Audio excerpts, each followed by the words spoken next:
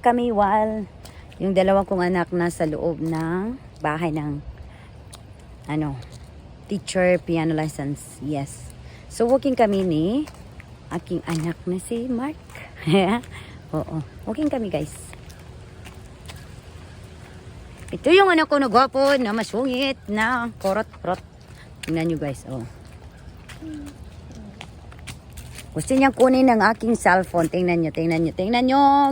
Kinuha talagang cellphone ko ay. Be careful. Kaya yan. Hello. That is right. That is correct. He's walking with his dog. It's nice to walk like this weather. It's very nice. Hi, Mark. Walking mode.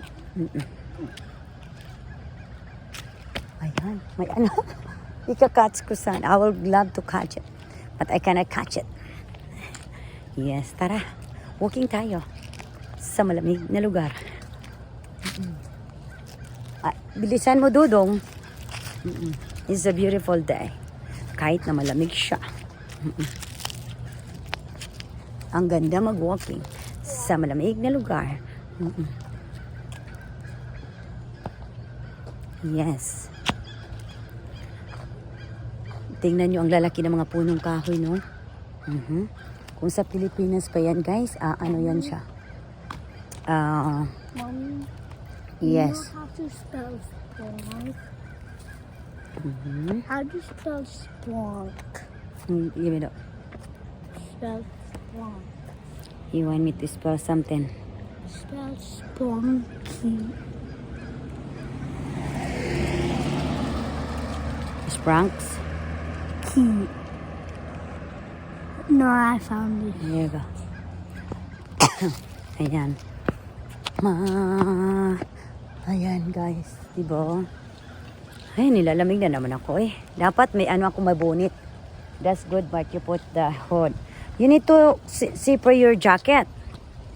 No, put the hood. Ikaw talaga. Put your... Ay, naku talaga itong anak ko. Oo. Kawawa ka naman. Na. Walking tayo, come on. Hurry up. Walking tayo on the street. Walking down the street. Walking on.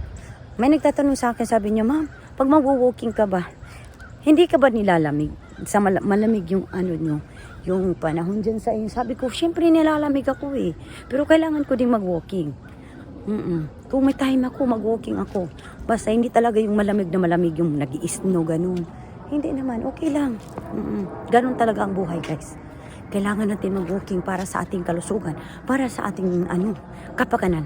Yes. Tama kayo dyan. Tingnan mo yung anak ko, kasama ko, guys. Oh, ayan. But anyway, guys, until my next video, and God bless everyone. Christmas is coming. And don't forget, follow the share and subscribe. I love you all. Bye-bye.